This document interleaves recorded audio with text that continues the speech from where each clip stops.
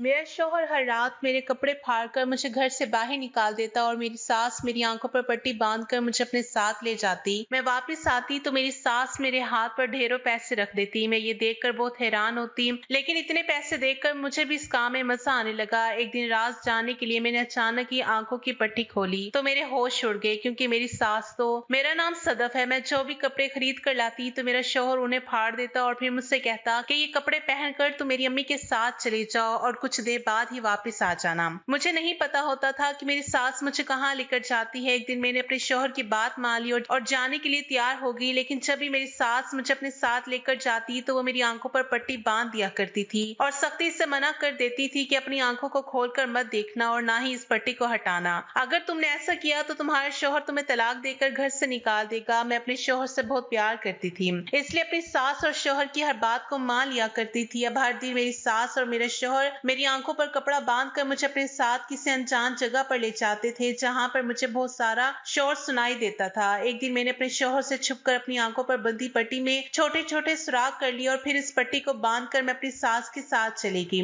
जैसे ही मैं उस जगह पर पहुंची तो मेरे पैरों तले से जमीन निकल गई, क्योंकि यहाँ पर तो मेरी शादी रहमान के साथ 3 महीने पहले ही हुई थी। हम दोनों की जिंदगी बहुत अच्छी गुजर रही थी। रहमान से शादी मेरी मर्जी के हिसाब से हुई थी। हालांकि रहमान मुझसे शादी नहीं करना चाहता था। वो मुझसे शादी क्यों नहीं करना चाहता था ये मैं समझ नहीं पाई थी। रहमान मेरा हम जमात था। हम दोनों एक दूसरे को बहुत पसंद करते थे। मैं जानती थी कि वो मुझे पसंद करता है तो जाहिर सी बात है पसंद करने वाला इंसान शादी भी करना चाहता है। लेकिन रहमान ने कभी मुझे शादी के लिए प्रपोज नहीं किया था। वो सिर्फ कहता था कि मैं तुम्हें पसंद करता हूँ और तुम्हें अपना अच्छा दोस्त मानता हूँ, बाकी मैं तुमसे शादी नहीं कर सकता। मेरी समझ में नहीं आता था कि वो इस तरह की बातें क्यों करता है। मैं दिल ही दिल में उसको बहुत प्यार करने लगी थी। मेरे दिल में रहमान के लिए बहुत सारी फीलिंग्स जाग उठी थी। एक दिन जब मैं कॉलेज से घर आई तो मैंने देखा कि मुझे देखने के लिए लड़के वाले आए हुए थे। मुझे जब ये बात पता चली तो मेरे होश उड़ गए थे, क्योंकि मैं उस लड़के से शादी नहीं करना चाहती थी। मेरी मोहब्बत तो रहमान से ही जुड़ी हुई थी, इसलिए मैं उसी के साथ अपनी जिंदगी गुजारना चाहती थी। मैंने उन लोगों के जानते ही रहमान को कॉल किया और उससे सब कुछ बता दिया। रहमान ने कहा कि इसमें परेशान होने वाली क्या बात है, तुम अपने वालिदैन के कहने के मुताबिक शादी कर लो, वो लोग तुम्हारा भला ही सोचेंगे। मैंने रहमान से कहा मेरा भला और बुरा सब कुछ तुम्हारे ही साथ है। तुम्हें मुझसे शादी करनी है तो बताओ, और अगर नहीं करनी तो मैं खुद खुशी कर लूंगी।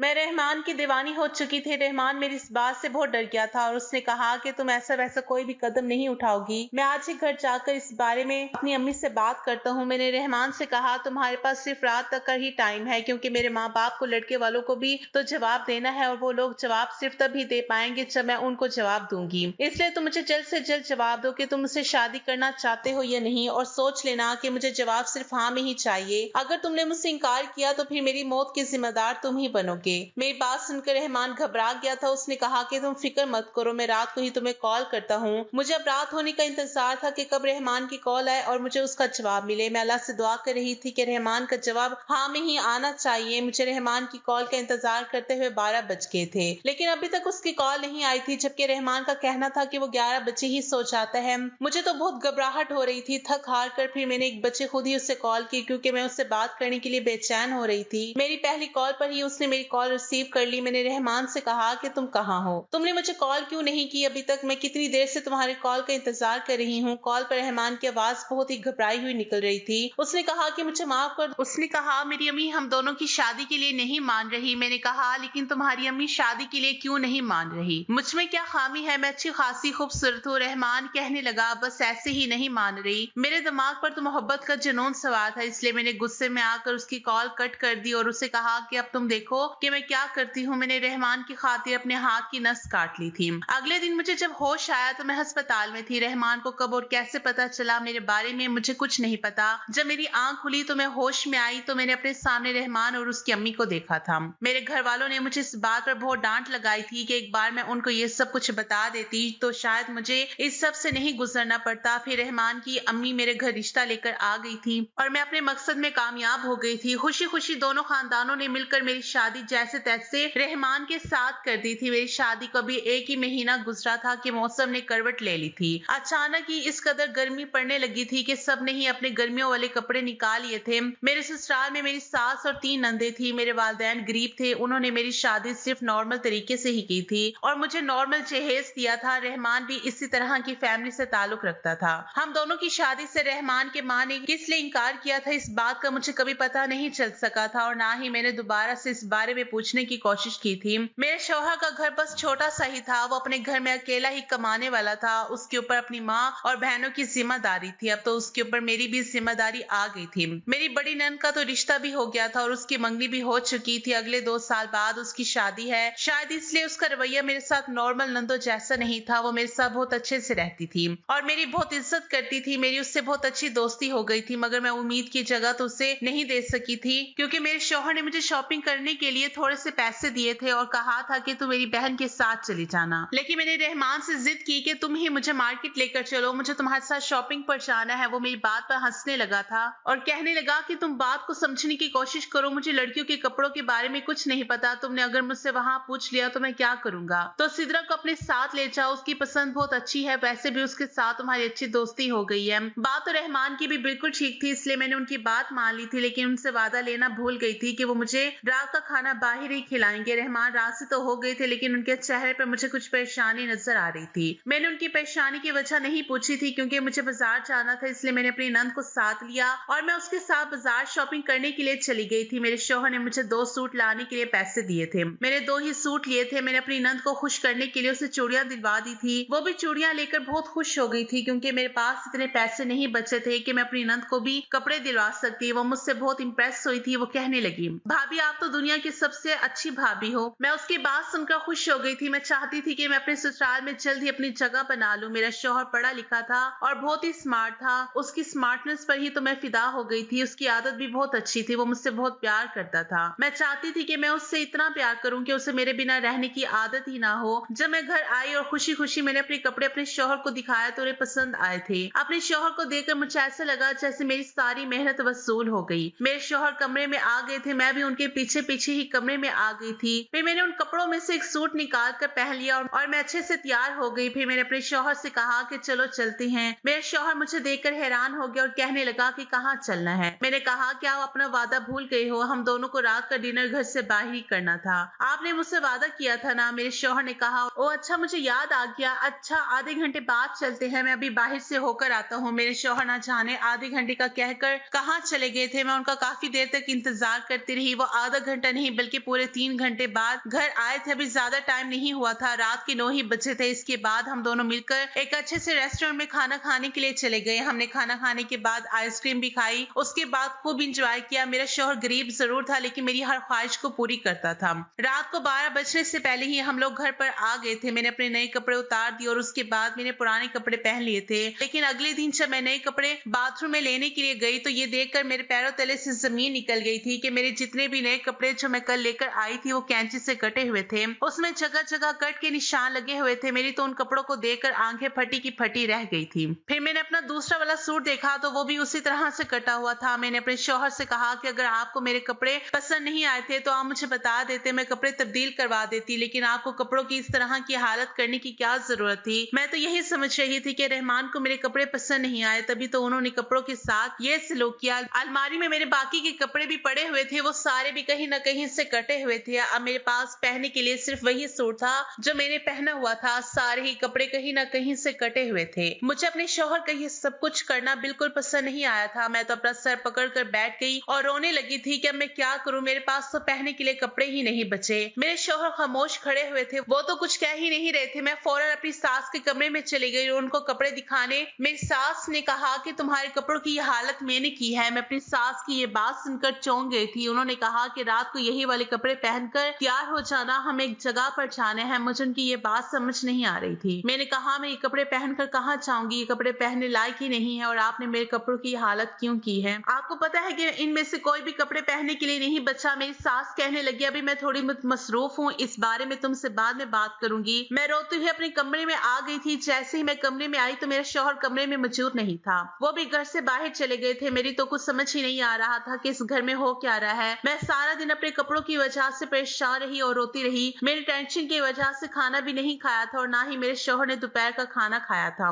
वो तो घर से सुबह से गए हुए थे, अभी तक घर ही नहीं आए थे। इसी तरह से शाम का टाइम हो गया। मेरी सास जल्दी से मेरे कमरे में आई और मुझसे कहने लगी, बहू ये कपड़े पहन लो, उठो जल्दी करो, हमें कहीं जाना है। मैंने तुम्हें सुबह बताया था ना। मैंने अपनी सास से कहा, आप ये मुझसे किस तरह का मजाक कर रही है। ये कटे फटे कपड़े पहनकर मैं कहाँ जाऊंगी, मैं इस तरह के कपड़े नहीं पहन सकती। उन्होंने जल्दी से कटा फटा का सूट निकाल कर मेरे हाथ पर रखा और कहने लगी, जल्दी से कपड़े पहनो, जैसा मैं कह रही हूँ वैसा करो। मैं अपनी सास के चेहरे को देखती रह गई थी। मुझे तो यकीन नहीं आ रहा था कि वो किस तरह की बातें कर रही है। मैं बड़ी हैरानी और अफसोस के साथ अपनी सास से कहने लगी, अम्मी जी मैं ये कपड़े कैसे पहनूंगी। वो एकदम गुस्से में आ गई और कहने लगी, तुम्हें एक बात समझ नहीं आती क्या, ये सब मैं नहीं जानती, बस तुमसे जैसा कहा है वैसा ही करो। मैं तुम्हारा बाहर इंतजार कर रही हूँ, तुम्हारे पास सिर्फ 5 मिनट है, इन कपड़ों को पहनकर जल्दी से तैयार हो जाओ और बाहर आ जाओ, नहीं तो मुझसे बुरा कोई नहीं होगा। अपनी सास की बातें सुनकर मैं मजबूर हो गई थी और उन कपड़ों को बाथरूम में पहनने के लिए लेकर चली गई थी। मैं बुरी तरह से रोने लग गई थी कि मेरे साथ ये सब कुछ क्या हो रहा है। शादी के 2 महीने बाद ही मुझसे मेरी खुशियां छीन ली गई थी। मैं अपनी सास के डर से जल्दी से वो कपड़े पहनकर बाहर आ गई। जब मैं बाहर आई तो ये देखकर मैं हैरान रह गई कि मेरा शौहर भी वहां पर खड़ा हुआ था। मैंने अपने शौहर को रोती हुई नजरों से देखा और उनसे शिकायत करने जैसा चेहरा बना लिया। वो मेरी बात को समझ गए थे लेकिन उन्होंने कुछ नहीं कहा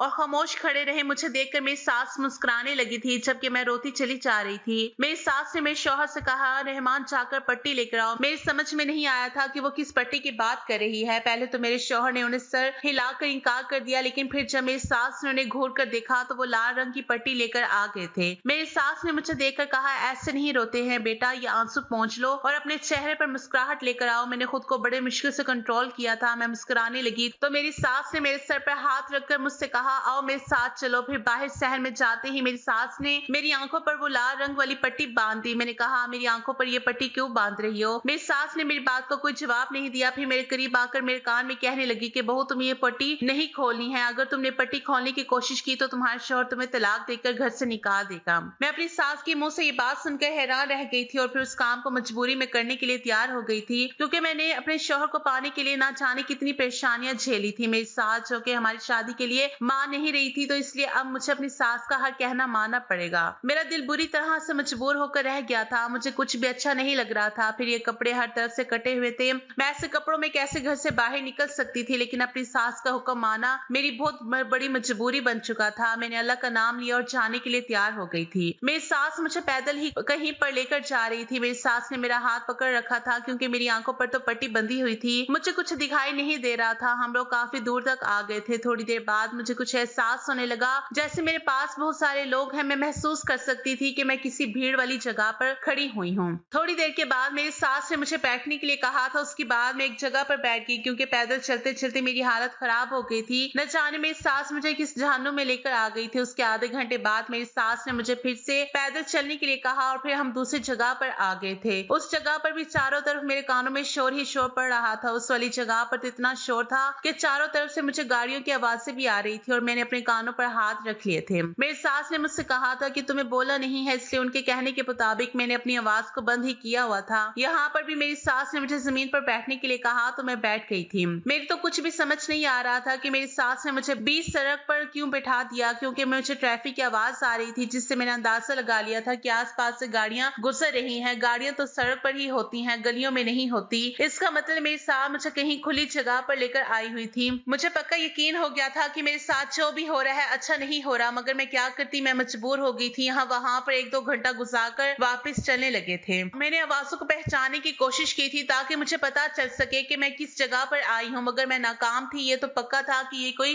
रास्ता था। मैं जब घर पहुंची तो मेरी सास ने मेरी आंखों से पट्टी हटा दी थी और फिर मुझे मेरे कमरे में जाने के लिए कह दिया था। मैं जैसे ही अपने कमरे में आई तो मैंने देखा कि मेरा शौहर अपना सर झुकाए हुए बेड पर बैठा हुआ था। मैं जैसे ही बेड पर बैठी तो मैं बहुत ज्यादा थकी हुई थी, इसलिए थोड़ी देर के बाद मैं लेट गई थी। मैंने अपने शौहर से कोई बात नहीं की क्योंकि मैं उससे बहुत ज्यादा नाराज थी। उसने मुझे देखते ही मेरी टांगे दबाना शुरू कर दी थी। मैं उसके ऐसे रवैये से बहुत परेशान हो चुकी थी। मैंने अपने शौहर को पैर दबाने से मना नहीं किया। पैरों में बहुत ज्यादा दर्द हो रहा था। पैर दबाने से मुझे कुछ सुकून मिल गया था। मेरे शौहर ने देखा कि मैं उनसे बात नहीं कर रही हूँ तो वो कहने लगे, सदफ आज जो कुछ भी हुआ है उसके लिए मैं बहुत शर्मिंदा हूँ। कल मैं तुम्हें शॉपिंग पर लेकर चलूंगा, तुम अपनी मर्जी के मुताबिक कपड़े खरीद लेना। मैंने पैर जल्दी से पीछे किए और कहने लगी ताकि आपकी अम्मी फिर से मेरे कपड़ों को काट दे। मेरी बात पर मेरे शौहर ने अपना सर झुका लिया था और वो कहने लगे, तुम आराम करो, तुम्हें आराम की बहुत जरूरत है, लाओ अपने पैर इधर करो, मैं दबा देता हूँ। मैंने कहा, मुझे तुम्हारी तसल्ली की कोई जरूरत नहीं है। मैं उस वक्त में शौहर से कोई बात नहीं करना चाहती थी और ना ही उसका चेहरा देखना चाहती थी, क्योंकि मुझे सबसे ज्यादा गुस्सा तो उसी पर ही आ रहा था। उसकी माँ जो कुछ भी कर रही थी वो कुछ भी नहीं बोला और खामोशी से उनका कहना मानता रहा था, इसलिए मैंने अपनी आंखें बंद कर ली थी और मैं सो गई थी।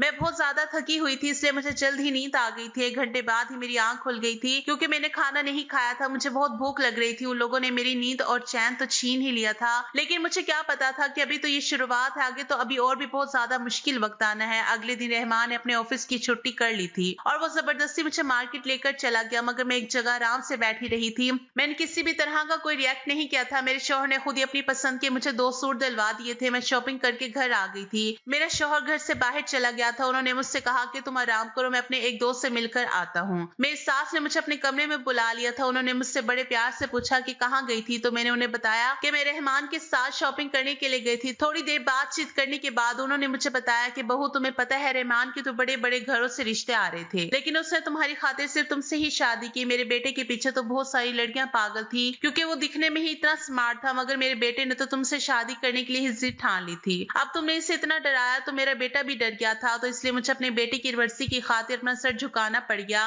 लेकिन तुम इस छोटे से हादसे को बहाना बनाकर अपने ये हसीन दिन खराब मत करो। अपने शौहर के साथ हंसी खुशी जिंदगी गुजारो।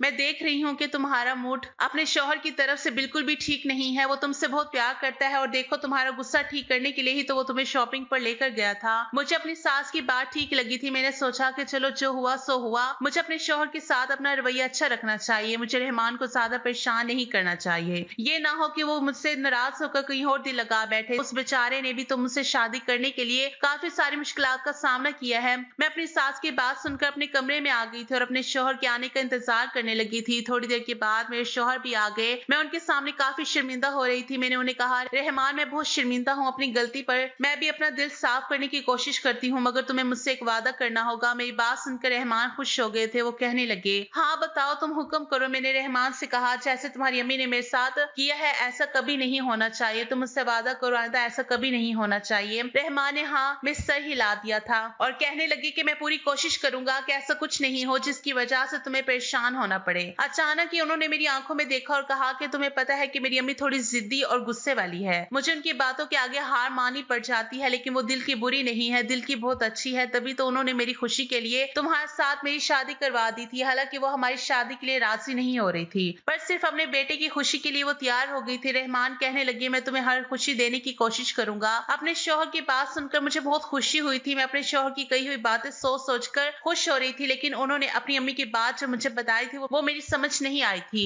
कि उनका इशारा अपनी अम्मी की किस बात पर जा रहा है। फिलहाल मैंने ये सब कुछ वक्त पर छोड़ दिया था। मैं जानती थी कि वक्त के साथ साथ मुझे सब कुछ पता चल जाएगा। अपने शौहर के साथ काफी अच्छा वक्त गुजारने के बाद मैं शाम के वक्त अपनी नंदों के कमरे में जाकर बैठ गई थी और उनके साथ मैं इधर उधर की बातें करने में मसरूफ हो गई थी। फिर मैं वापस अपने कमरे में आ गई तो मैंने देखा कि मेरे नए कपड़े भी फिर से कटे हुए थे। इस बार तो मुझे बहुत ज्यादा गुस्सा आया था। मैं तो समझ रही थी कि अब सब कुछ ठीक हो गया, मगर ये सिर्फ मेरा ही ख्याल था। शाम का टाइम हो रहा था और फिर से मेरी सास मेरे कमरे में आई। उन्होंने कहा कि इनमें से जल्दी से एक सूट पहन लो और तैयार हो जाओ, हमें चलना है। मेरी कुछ समझ नहीं आ रहा था कि मेरी सास ऐसा क्यों कर रही है। मैंने उनके कहने के मुताबिक उनसे कोई सवाल नहीं किया और खामोशी से उन कपड़ों को पहन लिया था। मेरी सास मुस्कुरा रही थी और फिर उन्होंने मेरी आंखों पर वो लाल रंग की पट्टी बांधी और मुझसे कहा कि जिस दिन भी तुमने इस पट्टी को खोलने की कोशिश की तो तुम्हें मैं अपने बेटे से तलाक दिलवा दूंगी। तुम जानती हो ना कि मेरा बेटा मेरा कितना कहना मानता है। मैं अपनी सास की बात सुनकर हैरान रह गई थी, इसलिए मैं खामोशी रही थी। मेरी सास मुझे वो पट्टी बांध कर कमरे से बाहर ले गई और कहने लगी, मेरे साथ साथ चलो। मेरे शौहर उस टाइम घर में मौजूद नहीं थे। मेरी सास ने जल्दी से मेरा हाथ पकड़ लिया और मेरी नंद को आवाज लगाई कि दरवाजा बंद कर लेना। मैं खामोश रही थी क्योंकि मैं जानती थी कि मेरे कुछ भी कहने का कोई फायदा नहीं होने वाला। हम दोनों सास बहू आज फिर से पैदल चल रहे थे। कल भी पैदल चल रहे थे, इसलिए आज मेरे पैरों में अभी से ही दर्द होना शुरू हो गया था। मैं अपनी सास के कहने के मुताबिक चल रही थी और अपने बहते हुए आंसुओं को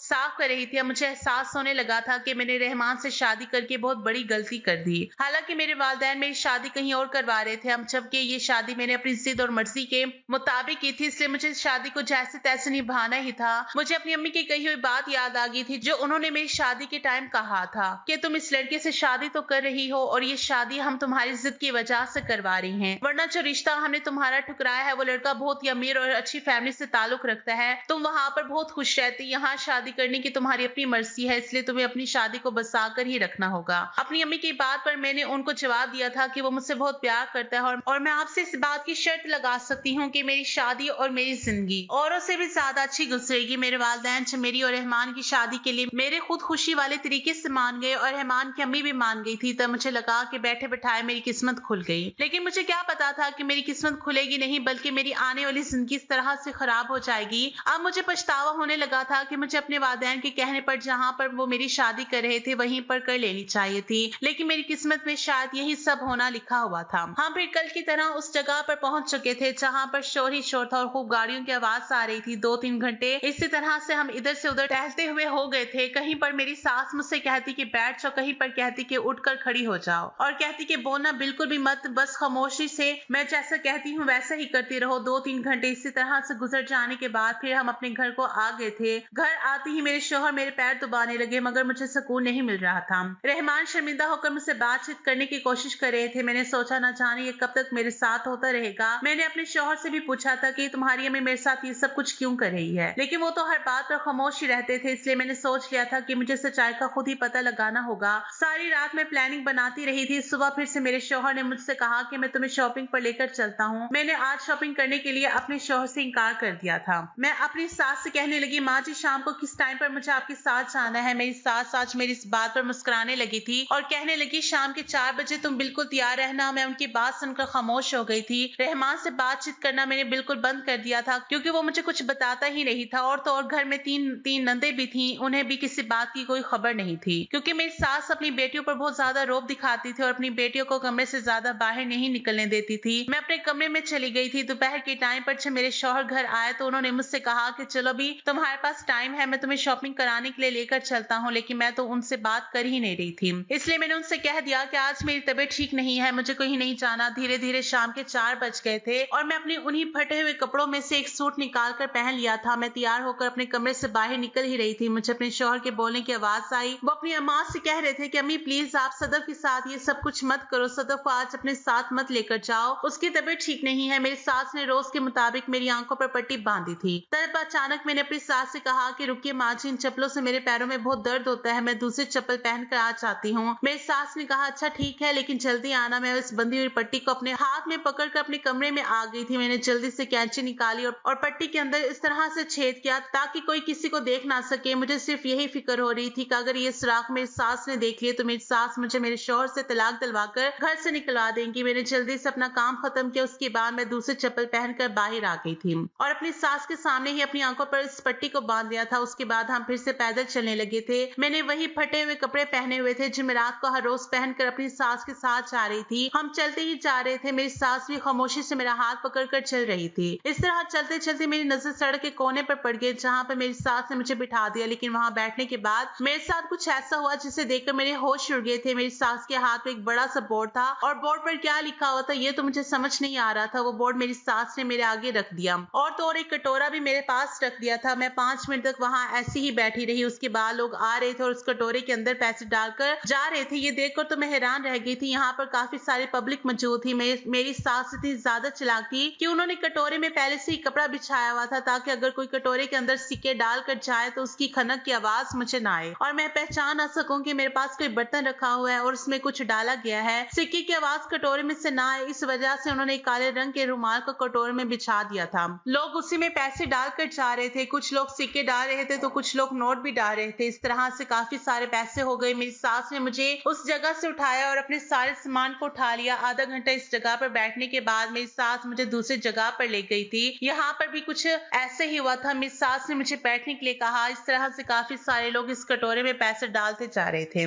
इसका मतलब ये था कि मेरी सास ने मुझे भिखारन बना दिया था। मैं अब समझी कि मुझे अभी तक क्यों पता नहीं चल सका कि मुझे कहाँ लेकर जाया जाता है। इसी तरह से लगभग 3 घंटे गुजर गए थे। मेरी सास के पास काफी सारे पैसे इकट्ठे हो गए थे। मेरी सास मुझे लेकर घर वापस आ गई थी। घर आने के बाद मैंने सोच लिया था कि मैं ये सब कुछ अब और बर्दाश्त नहीं करूंगी, इसलिए घर के अंदर दाखिल होते ही मैंने अपनी आंखों से पट्टी हटा दी। घर में मेरा शौहर भी मौजूद था। मेरी सास ने जैसी मेरी इस हरकत को देखा तो उनको गुस्सा आ गया था। उन्होंने कहा कि तुम्हें इतनी जल्दी पट्टी हटाने की क्या जरूरत थी, तुम्हें पता है कि तुम्हारी आंखों से पट्टी सिर्फ मैं ही हटा सकती हूँ। मैंने अपनी सास से कहा तो फिर आज आपने कितने पैसों की कमाई कर ली। मेरी सास मेरी बात सुनकर हैरान रह गई थी। हम दोनों की बातचीत सुनकर मेरे शौहर भी सहन में ही आ गया था। उसने हम दोनों को देखा तो वह हैरान हो गया था। मैंने अपने शौहर से कहा तुम तो मुझसे इतने दिनों से ये राज छुपा रहे हो कि तुम्हारी अम्मी तुम्हारी बीवी से सड़कों पर भीख मंगवा रही है। आज मुझे मेरे सवालों के जवाब मिल गए। मेरे साथ क्या होता है और मेरे कपड़ों को क्यों काटा और फाड़ा जाता है। मेरी सास कहने लगी कि खामोश हो जाओ, अब इससे आगे एक लफ्ज भी मत बोलना। मैंने अपनी सास सास से कहा,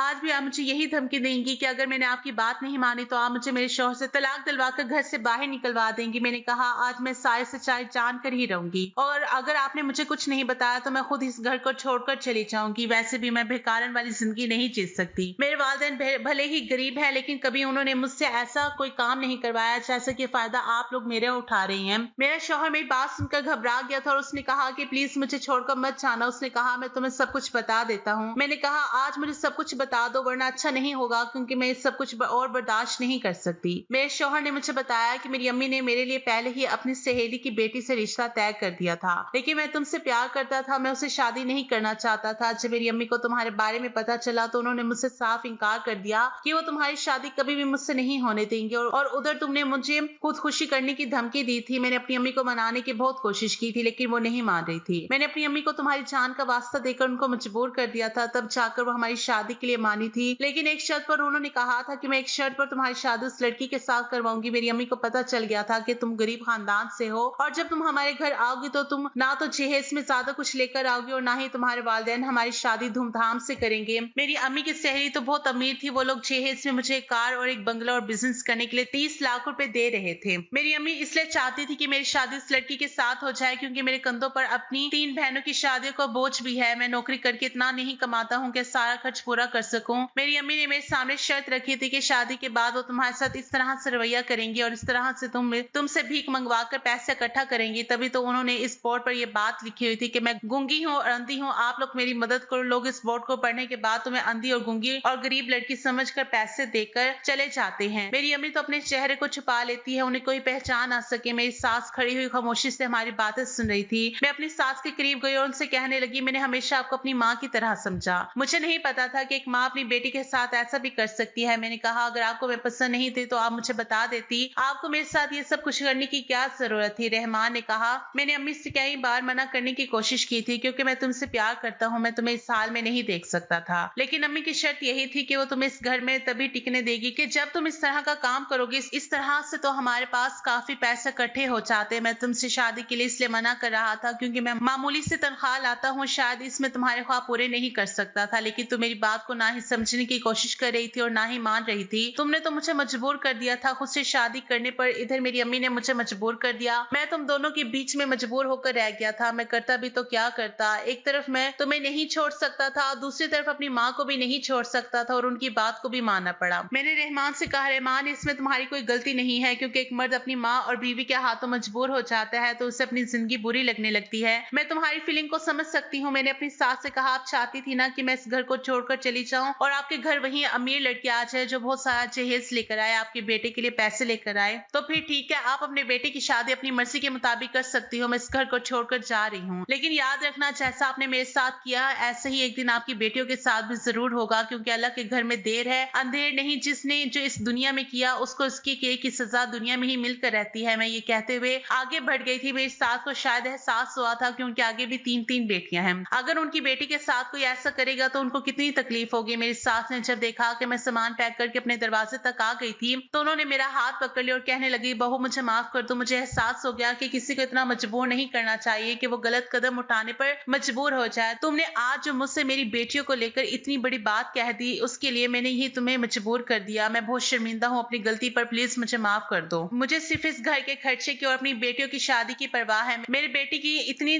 कम तनख्वाह है, ये सब कुछ कैसे करेगा। मैंने अपनी सास से कहा कि आप परेशान मत होइए, आपकी बेटियों की शादी धूमधाम से होगी। मैं पढ़ी लिखी हूँ, मैं भी नौकरी करूंगी और रहमान भी नौकरी करते हैं। हम दोनों मेहनत से इस घर को चलाएंगे, आपकी बेटियों की शादी करेंगे, अपनी जिंदगी अच्छे से जिएंगे। मेरी सास मेरी बात सुनकर बहुत खुश हुई थी। मैं उनको कोई भी बात कहकर परेशान नहीं करना चाहती थी, इसलिए मैंने उनको आसानी से माफ कर दिया क्योंकि वो भी एक माँ थी, उन्हें अपनी बेटियों की फिक्र हो रही थी। मैंने अपनी सास से जो कहा था वो करके दिखाया था। रहमान और मैं मिलकर ऑफिस में काम करते हैं, अपनी मेहनत की कमाई से मैंने अपनी नंदों की शादी कर दी। मेरी सास मेरी इस मेहनत और लगन से बहुत खुश हुई थी और अब तो वो मुझे अपनी बहू नहीं बल्कि बेटी मानती है। उन्होंने जो मेरे साथ किया था उसके लिए वो बहुत शर्मिंदा होती हैं। अब मेरी जिंदगी मेरे शौहर मेरी सास के साथ बहुत अच्छे से गुजर रही है और तो और अल्लाह ने मुझे एक बेटे से भी नवाज दिया। दोस्तों, उम्मीद करती हूँ आपको हमारी कहानी पसंद आई होगी। कहानी पसंद आई तो वीडियो को लाइक करें, चैनल पर नहीं है तो चैनल को सब्सक्राइब करें।